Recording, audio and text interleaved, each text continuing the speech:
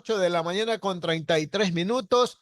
Nuestra primera invitada se trata de la abogada Natalie Estefanía Farinango Delgado. Ella es asambleísta de ADN por la provincia de Pichincha y actualmente es presidenta de la Comisión de Régimen Económico.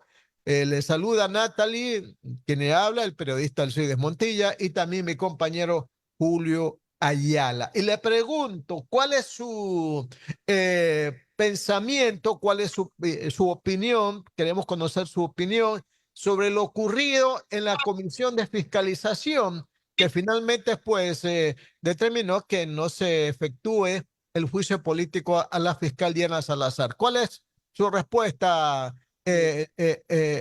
asambleísta Farinango? Buenos días. Buenos días, Alcides, Julio. Gracias por la invitación. Un saludo cariñoso también a quienes nos siguen por medio de Radio Atalaya. Bueno, creo que para todos los ecuatorianos fue vergonzoso lo que pasó en la Comisión de Fiscalización.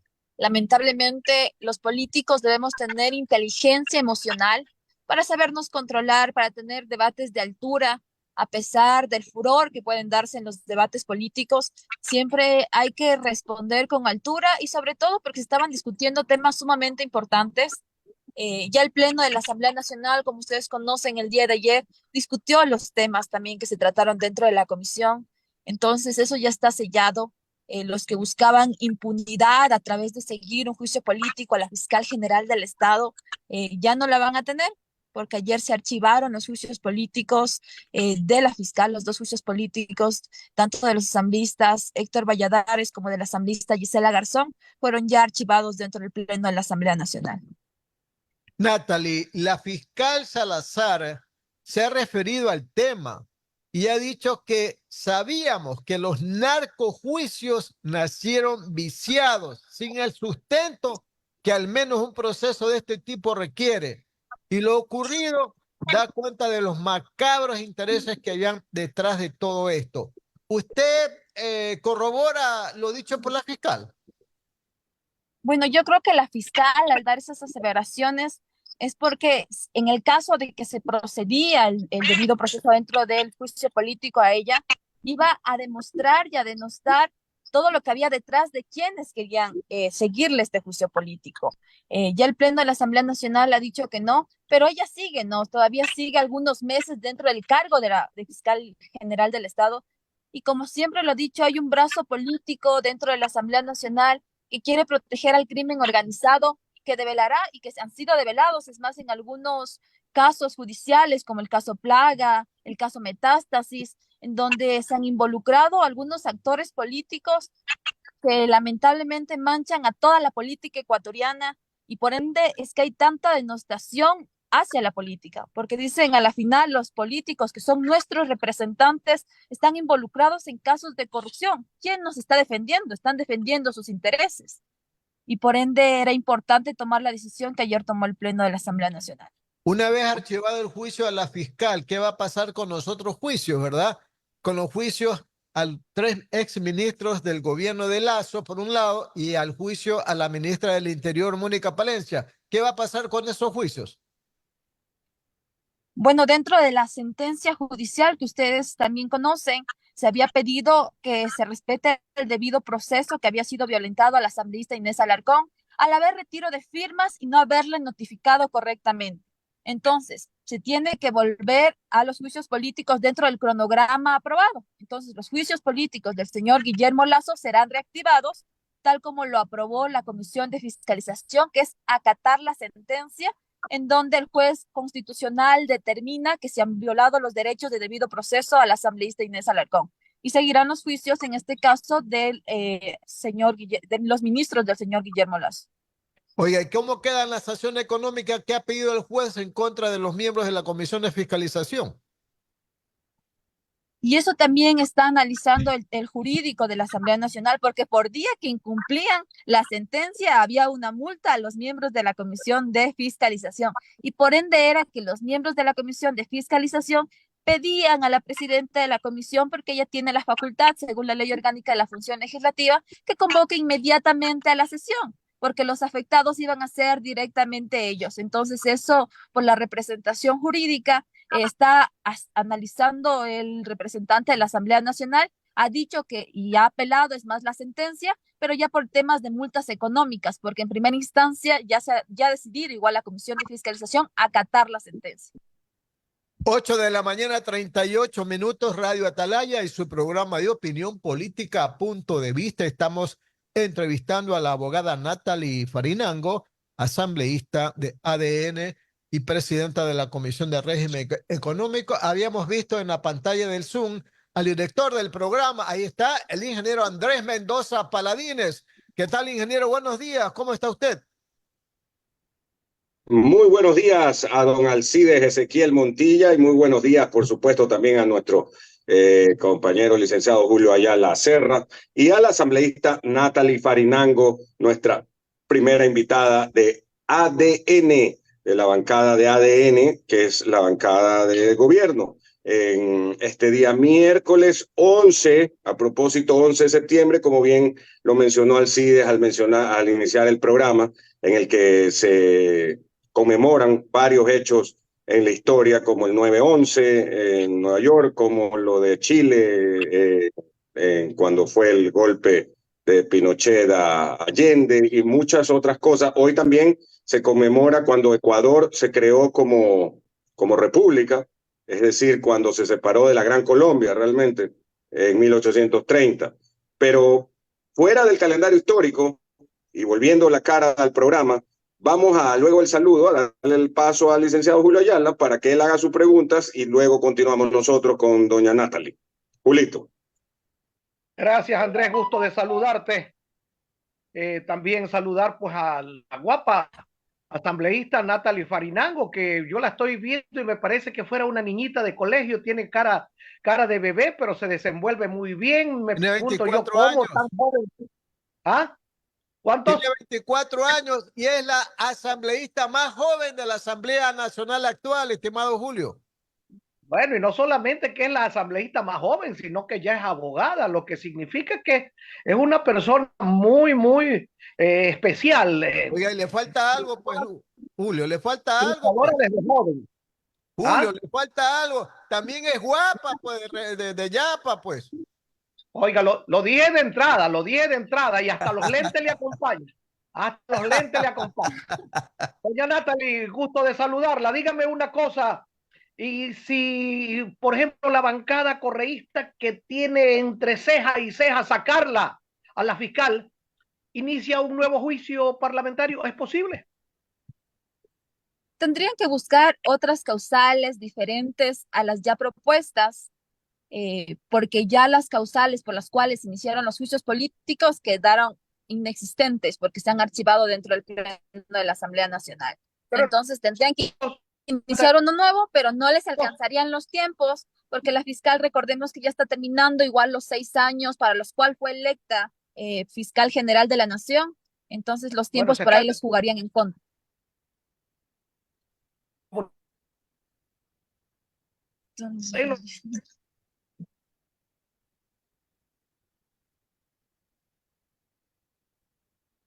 Parece que tenemos algún problema de comunicación. No estamos escuchando. Ahí. Ahí le Sí, escucho a Natalie. ahí la escuchamos bien. Ahí ya. Está bien. Correcto. Continúe, Natalie. Bueno, les decía que los tiempos les jugarían en contra porque los 6 años para los cuales fue electa la fiscal general del Estado ya se van a concluir también en pocos meses. Entonces ella va a poder terminar su gestión de manera correcta, siguiendo el crimen organizado, contra la delincuencia, contra el narcotráfico. Y además tendrían que iniciar por otras causales a las que ya se iniciaron estos juicios políticos que fueron archivados el día de ayer. Y si lo que buscaban, como nosotros creemos o presumimos, es un poco impunidad, ya no tendrían razón de ser iniciar nuevos juicios políticos contra la fiscal.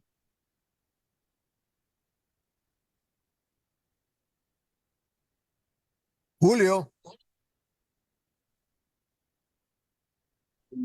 Parece que Algo le pasó a Julio. sí, sí. Algo le pasó. Ingeniero, continúa usted, pues, en todo caso. No, ahí está, lo estamos viendo. Adelante, Julio, lo estamos viendo. Gracias. Se te está entrecortando la señal, Julio, parece.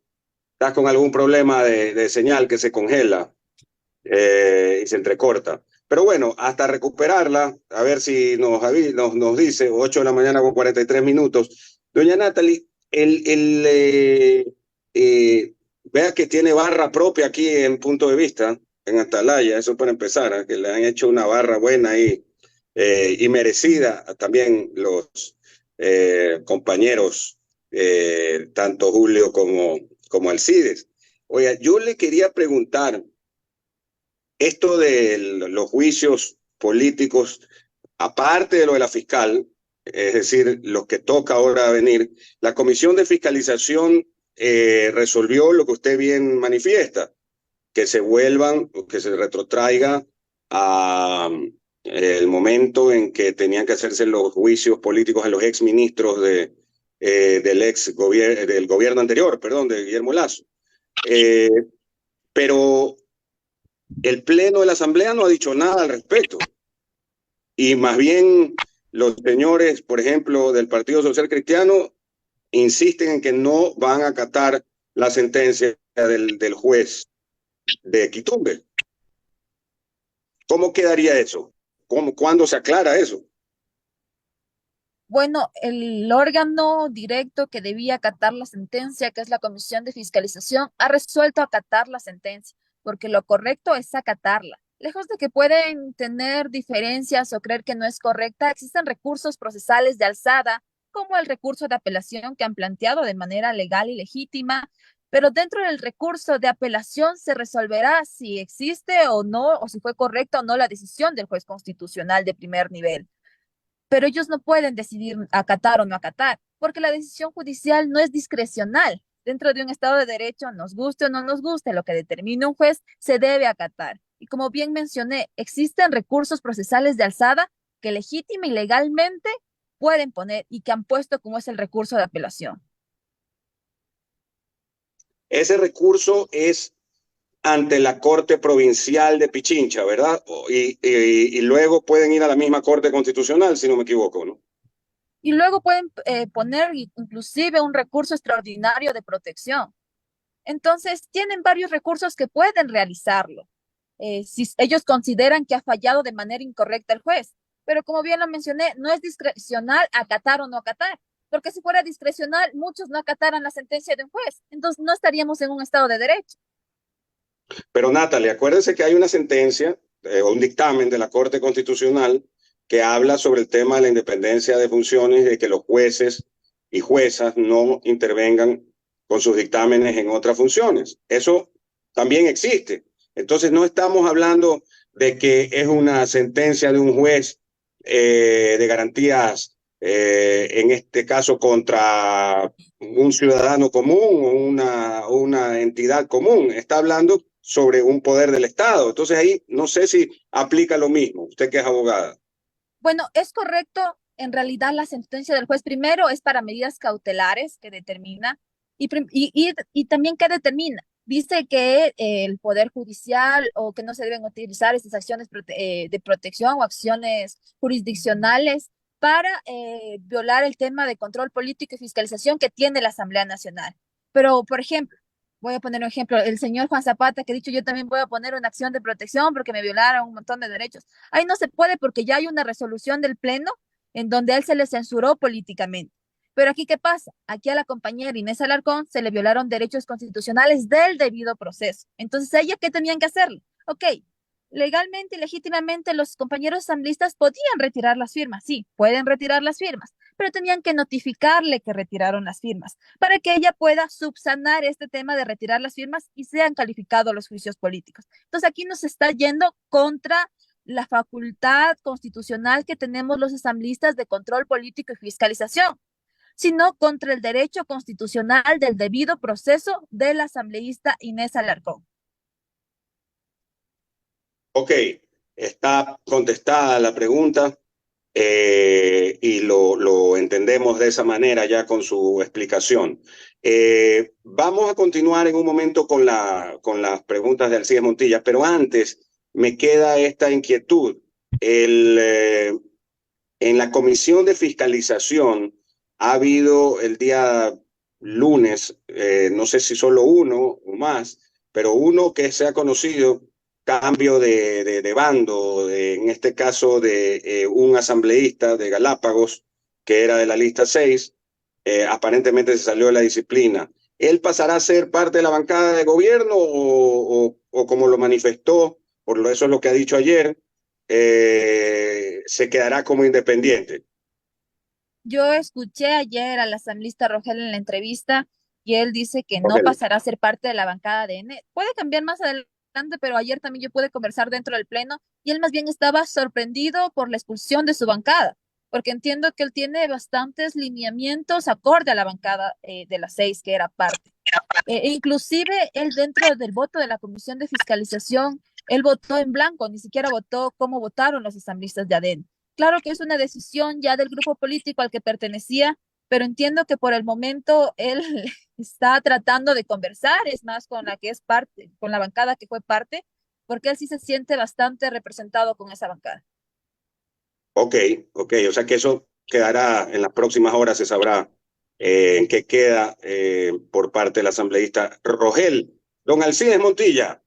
Sí, porque yo escuché por otro lado y en el mismo tema al ministro de Gobierno, Arturo Félix Buón, manifestar que no habría problema ni inconvenientes en dialogar con el susodicho asambleísta Rogel, que ha sido pues expulsado del Partido Social Cristiano. En todo caso, veremos lo que va a pasar en las próximas horas y días. Natalie, quisiera con usted más bien referirme al trabajo que está cumpliendo en este momento la Comisión de Régimen Económico, cuya presidencia la ejerce usted, ¿verdad? Este tema que ustedes están tratando, este proyecto de ley que va a beneficiar a los deudores de la banca pública, ¿en qué consiste? Porque mucha gente me está preguntando que le van a condenar la deuda de los bancos, le van a condenar los intereses, le van a dar más plazos, ya no van a ver esas deudas que empiezan con 5,000 y terminan pagando $50,000. Explícanos detalladamente en qué consiste este proyecto, Natalie. Bueno, dentro de la Comisión de Régimen Económico se están tratando reformas al Código Orgánico Monetario y Financiero, 17 reformas a este código. Dentro de estas 17 reformas hay una reforma presentada por dos asambleístas que sugieren que haya condonación, una reforma al Código Orgánico Monetario y Financiero para condonación a la banca pública, pero que va muy alineada a lo que ya ha venido haciendo el presidente Daniel Noboa de una condonación de hasta $5,000 en Ban Ecuador, por ejemplo, porque nuestro marco legal ecuatoriano determina que es el presidente mediante decreto ejecutivo quien puede condonar las deudas dentro de la banca pública. Entonces es un artículo que se plantea reformar. Estamos analizando, vendrán también personas públicas de Ban Ecuador, también tendrá que haber un informe de impacto económico por el Ministerio de Finanzas. Hemos escuchado organizaciones sociales, pero dentro de las mesas técnicas hay un espacio para tener comisiones generales donde vendrán instituciones públicas, privadas, organizaciones sociales, las personas proponentes de la ley y así sacar criterios técnicos. Porque como bien mencioné, es reformas al Código Orgánico Monetario y Financiero. Y estas reformas, por ser parte del sistema financiero, son súper sensibles y hay que tratarlos con responsabilidad y de manera técnica. O sea, en otra palabra, a los que deben a la banca pública hasta $5,000 se les condona la deuda. Y los que deben más de $5,000 se buscará un refinanciamiento. Así tengo entendido. Eso es lo que ha hecho el presidente Daniel Noboa ya. ¿Qué propone este proyecto de ley? Que sea hasta $10,000, que sea hasta $10,000 la condonación. Pero hay que analizar este artículo porque a la final el marco legal ecuatoriano determina que solo el presidente Daniel Noboa puede hacer mediante decreto ejecutivo la condonación de deudas. Entonces está analizando la aprobación de este artículo dentro de las reformas del Código Orgánico Monetario y Financiero. Usted también hablaba de una reforma al Código Monetario y Financiero que está analizando la Comisión de Régimen Económico. ¿En qué consiste fundamentalmente eso, Natalie? Bueno, por ejemplo, el Código Orgánico Monetario y Financiero es un código súper grande que tiene más de 4 libros. Dentro de los 17 proyectos de ley está la condonación de la banca pública, está tasas de intereses para los servicios del sistema financiero y algunas cosas también sobre Solca. Y estamos analizando cada proyecto con detenimiento. Inclusive algunos proyectos también serán archivados dentro de esta unificación porque quisieron reformar cosas que ya estaban reformadas, porque algunos asambleístas parecen que desconocen igual la legislación ecuatoriana. Entonces están analizando cada uno de los proyectos con expertos, con académicos, con instituciones públicas, organizaciones sociales, construyendo este proyecto de reforma del Código Orgánico Monetario y Financiero. Estoy observando, Natalie, que en la Asamblea hay dos comisiones que se parecen, ¿verdad? La que usted dirige, la Ley de Régimen Económico y Tributario, y la Mesa de Desarrollo Económico Productivo, que está dirigida por Valentina Centeno, ¿verdad? ¿Cómo hacen para no chocar en cuanto a proyectos y cada uno trabaje convenientemente sin ningún problema que vayan después a ocasionar confusiones y tergiversaciones en el futuro? Bueno, primero la Ley Orgánica de la Función Legislativa en su artículo 21 determina las competencias de cada una de las 15 comisiones especializadas permanentes de la Asamblea Nacional. Entonces, en base a ello, la Unidad de Técnica Legislativa, una vez que llegan los proyectos de ley, sugiere al CAL, al Consejo de Administración Legislativa, luego de calificar los proyectos, mandarles a cada una de las comisiones. Es el CAL quienes remiten, ya sea a la Comisión de Desarrollo Económico, a la Comisión de Régimen Económico o a las 13 restantes comisiones especializadas permanentes en los proyectos de ley. Se está discutiendo la necesidad de que en el tema de la crisis energética, la empresa privada aporte. Se habla inclusive de que podría aportar hasta 100 megavatios, ¿verdad? Que sería muy interesante porque si en una crisis energética no hay aportes privados, pues ¿de dónde van a sacar los recursos? Pero también se aprobó en enero una ley que la llamaron no más apagones, y la verdad que mucha gente que hace comentarios sobre esta ley ha dicho que está muy corta, que debería haber una especie como de reforma para ampliar un poco más el espacio de la empresa privada en esto de invertir en generación eléctrica. ¿Cómo andan esos términos ahí, Natalie? Bueno, sí, la ley No Más Apagones fue aprobada en la Comisión de Desarrollo Económico. Entiendo que esta misma comisión está haciendo un proceso de evaluación y seguimiento a la ley, porque ustedes entenderán y los ecuatorianos entenderán que es muy corto el tiempo para saber qué resultados ha tenido. Claro que se podría reformar porque toda ley es perfectible en el tiempo, pero yo personalmente considero que sí se debe dar ese espacio que está siguiendo la Comisión de Desarrollo Económico de esta capacidad que tenemos para hacer evaluación y seguimiento a las leyes para determinar qué tan buena ha sido desde su aplicación y en el caso de que necesitaría, qué reformas serían oportunas y pertinentes. 8 de la mañana, 55 minutos, Radio Atalaya está presentando su programa de opinión, punto de vista. Estamos dialogando con Natalie Farinango, asambleísta de ADN por Pichincha y presidenta de la Comisión de Régimen Económico. Más preguntas de mi compañero Julio Ayala. Adelante, Julio. Gracias, parece que ya recuperamos la internet que estaba fallando. Natalie, una inquietud. ¿Qué puede hacer no solamente su comisión, sino la asamblea en sí, para que las tasas de interés bancario no sean tan altas? Este es un país dolarizado. ¿Cómo podemos pagar 20% de interés cuando hacemos un crédito? Se nos lleva la quinta parte prácticamente de lo que hemos conseguido, y cuando estamos dolarizados, las utilidades, por ejemplo, de una inversión no son tan altas, y entonces o se trabaja para los banqueros o se trabaja para los chulqueros, pero no se trabaja para uno mismo. Y ahora banqueros, chulqueros y vacunadores prácticamente están liquidando al empresario, especialmente al pequeño empresario. Natalie, ¿hay alguna cosa que pueda hacer en la comisión y la asamblea para bajar esas altas tasas de interés?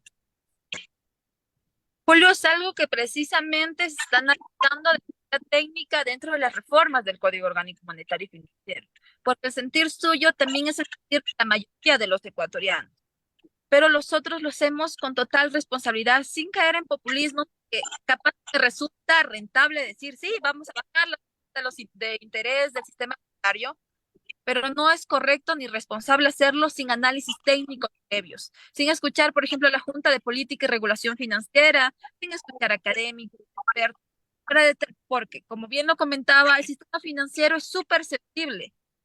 Lo que no queremos es que haya devastadores por no ser una norma técnica. Estamos analizando porque, como bien lo he dicho, su sentir es mayoría de los ecuatorianos. Yo también soy usuaria del sistema financiero y es algo que nos preocupa. Vea, Natalie, hay una cosa que a mí me preocupa, ¿no? Acá en el Ecuador, y no lo digo yo, por ejemplo, el propio señor Lazo nos comentó en alguna oportunidad que él entró al Banco de Guayaquil en uno de los niveles más bajos de empleados. Sin embargo, llegó a ser gerente y como gerente se hizo multimillonario. ¿Cómo es que un gerente se hace multimillonario en un banco en el Ecuador?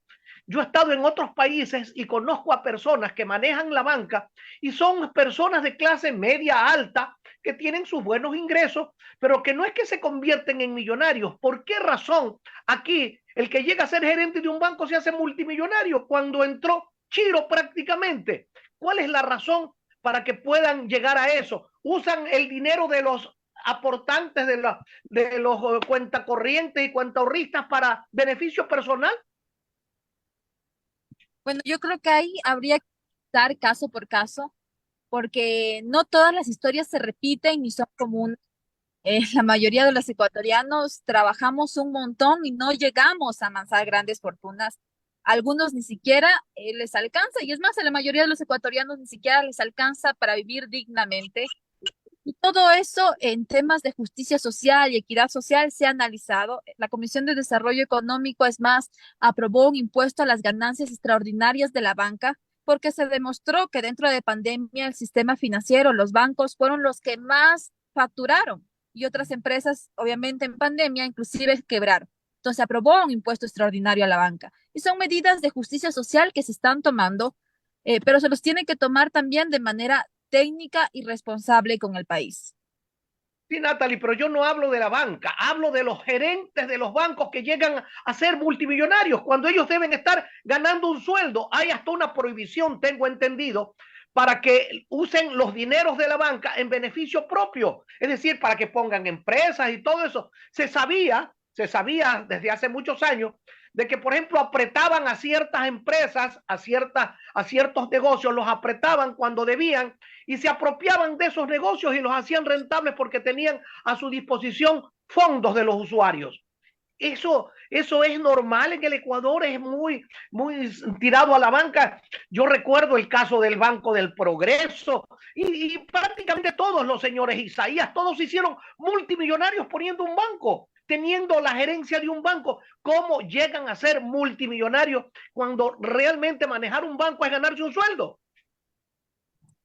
Claro, existe legislación, es más nacional, que deben justificar sus ingresos. No se puede utilizar, a ver, los bancos son intermediarios nada más de dinero que nosotros guardamos y que ellos nos dan guardando y que tienen que garantizar que cuando queramos podamos sacarlo. No pueden utilizar ese dinero para otro que no esté determinado en la ley y eso tienen que controlar incluso la superintendencia de bancos, que no sea mal usado nuestro dinero y inclusive existe el Código Integral Penal en el enriquecimiento privado no justificado.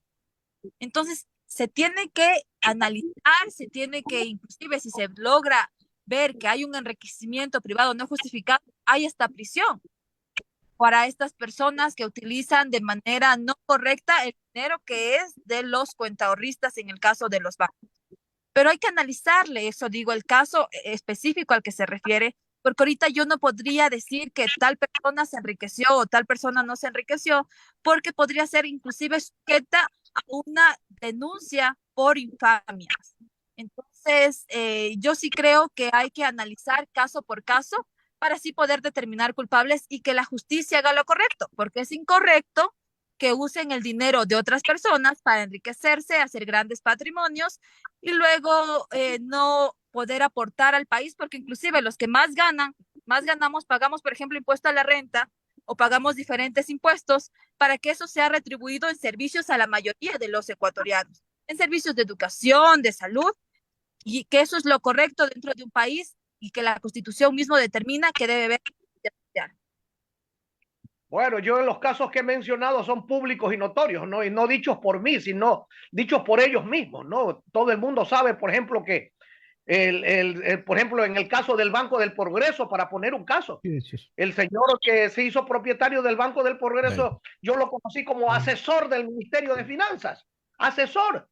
y luego llegó a ser ministro y luego llegó a tener un banco y se hizo millonario de la noche a la mañana. Y después lo quebró el banco y todas estas cosas han pasado en el país. Pero realmente la pregunta que yo me hago, ¿puede una persona que gerencia un banco, que gana un sueldo de gerente de banco, hacerse multimillonario de la noche a la mañana? Esa es la pregunta que yo me hago. ¿De dónde pecata mea? ¿Cómo se hace? ¿Cómo se hace eso? Porque por ejemplo, el señor Lazo narra que él entró al Banco de Guayaquil a trabajar como prácticamente un pasapapeles y de repente, gracias a que se casa con un familiar del señor Carrera, hereda prácticamente el Banco de Guayaquil y ahora resulta que es multimillonario. Y entonces yo me pregunto, no estoy diciendo que ha robado, pero a lo mejor están utilizando los recursos de nosotros, los usuarios de la banca, que ahora obligatoriamente prácticamente todo el mundo tiene que ser usuario de la banca. A mí no me pagan nada si no es a través de la banca. No recibo ninguna cosa si no es a través de la banca. Todo está bancarizado. Ahora nadie puede vivir por su cuenta. Cuando yo era profesor, cuando entré de joven, el Estado me pagaba directamente a mí mi sueldo en efectivo. No tenía que estar obligatoriamente en un banco. En los bancos me cobran por seguros, me cobran por medicina, por odontología y por no sé cuántas cosas que ni siquiera yo he pedido, pero me cobran. Cada mes me salen unas cuentas de 30, 40 dólares que nunca recibo un beneficio. Y entonces, ¿hasta cuándo los ecuatorianos tenemos que aceptar todo esto? Esa es la pregunta que nos hacemos. ¿Puede hacer algo la Asamblea y usted como brillante legisladora allá para beneficiar a los usuarios de la banca? Por supuesto, y estamos en la obligación de hacerlo. Estamos en la obligación de hacerlo porque para eso nos eligió la mayoría de los ecuatorianos. Y por ende se están haciendo las reformas al Código Orgánico Monetario y Financiero. Pero para hacerlas, estas reformas necesitamos, inclusive para justificar de dónde nacen, escuchar a diferentes actores. Porque la indignación suya, yo la entiendo perfectamente. Inclusive cuando alguien debe al banco, nos llaman a intimidar constantemente, que eso también hay que analizarlo, arreglarlo y legislarlo de la manera correcta. Por ende, se están haciendo las reformas para mejorarlo. En el tema de los casos que me comenta, pues sí, quizás ahí hubo la irresponsabilidad de algunas autoridades porque tienen que hacer seguimiento a algunas cuentas de cómo se generaron las fortunas, pero tal como usted me comenta, las historias que dicen que las personas empezaron de cero, pasando papeles o no sé, o cualquier cosa, y que luego se casaron con herederos, no son tantas historias de superación, o sea, a la final la fortuna ha venido porque se ha casado de una u otra manera con algún heredero, pero sí habría que analizar porque lamentablemente hay mucha inequidad en nuestra sociedad. Muchas personas tienen mucho dinero, amansan grandes fortunas y otras no tanto. Y hay que hacerlo correcto porque a muchos nos falta mucho y a otros les sobra demasiado. Eso hay que analizarlo, hay que legislar para la ciudadanía, para la mayoría de los ecuatorianos y no solo para grupos específicos. Y ese es nuestro deber dentro de la Asamblea Nacional y como bancada ADN siempre estamos priorizando aquello. Gracias, Natalie. Don Andrés Mendoza y Paladinas, lo veo allí medio borroso, pero lo veo.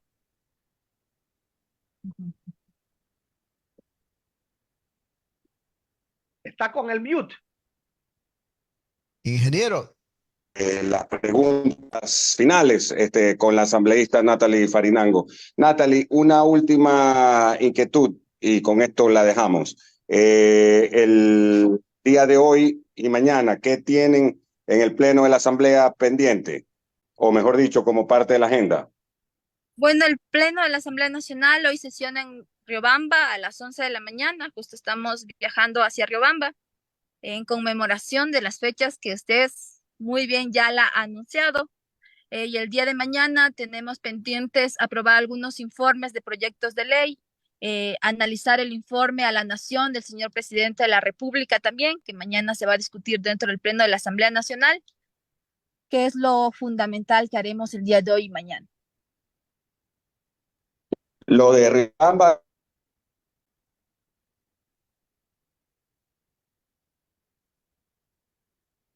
Se le escucha entrecortado, ingeniero. Ingeniero Mendoza, se le escucha entrecortado, no se le escucha, mejor dicho. A ver si ahí... Ahí sí, ahí a sí, ver si- ahí sí, ahí Ya, sí, no, le ahí sí. preguntaba que si lo de Riobamba era por las fiestas de Riobamba, a Natalie. Sí, aquí va a ser un pleno, la sesión solemne a las 10 de la mañana. Magnífico, magnífico. Que tenga buen día, Natalie, y estamos en contacto. Y gracias por sus explicaciones. ¿Ah? No, a ustedes, gracias por la invitación, Andrés, Julio, Alcides, siempre un gusto poder estar presente en los medios de comunicación. Gracias también por esas palabras de don Julio y espero que todos tengan un excelente día. Claro, ya como le dije, tiene barra propia aquí en Punto de Vista, en Atalaya. Que tenga muy buen día, que tenga muy buen día. Nos vamos a ir a la pausa.